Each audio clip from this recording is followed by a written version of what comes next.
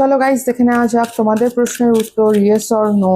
যে ব্যক্তি তোমাকে এখন হিংসা করছে, জেলাস করছে তোমাকে নিয়ে, তাদের অনেক রকমের প্রবলেম, তাদের কি ভবিষ্যৎ হতে চলেছে চলো দেখে নেওয়া যাক। যে তারা কি এই জেলাসটা কন্টিনিউ করবে, নাকি তারা তোমার রাস্তার কাঁটা হওয়া বন্ধ করে দেবে।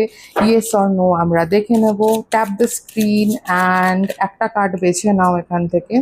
দেন আমরা জেনে নেব যে যারা তোমাকে জেলাস করছে তাদের নেক্সট কি হতে চলেছে।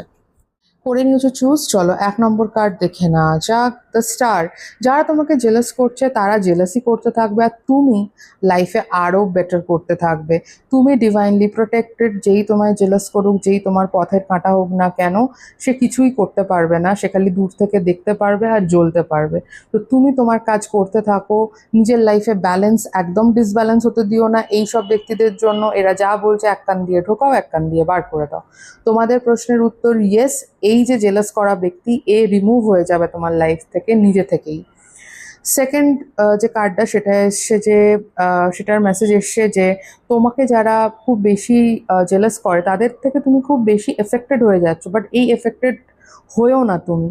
এই যারা ব্যক্তি আছে না, এরা ঘুমোতে পারছে না তোমার সাকসেস দেখে, তো তাদেরকে তাদের মতন জ্বলতে দাও। ঠিক আছে, তাদেরকে বেশি পাত্তা দিও না, কারণ এরা একেবারেই কিন্তু ওয়ার্থলেস পিপল। এরা লোকের ভালো দেখতে পারে না, তোমার ভালো দেখতে পারে না। তো এদেরকে এদের মতো ছেড়ে দাও, আর তুমি তোমার লাইফে কিন্তু শাইন করো।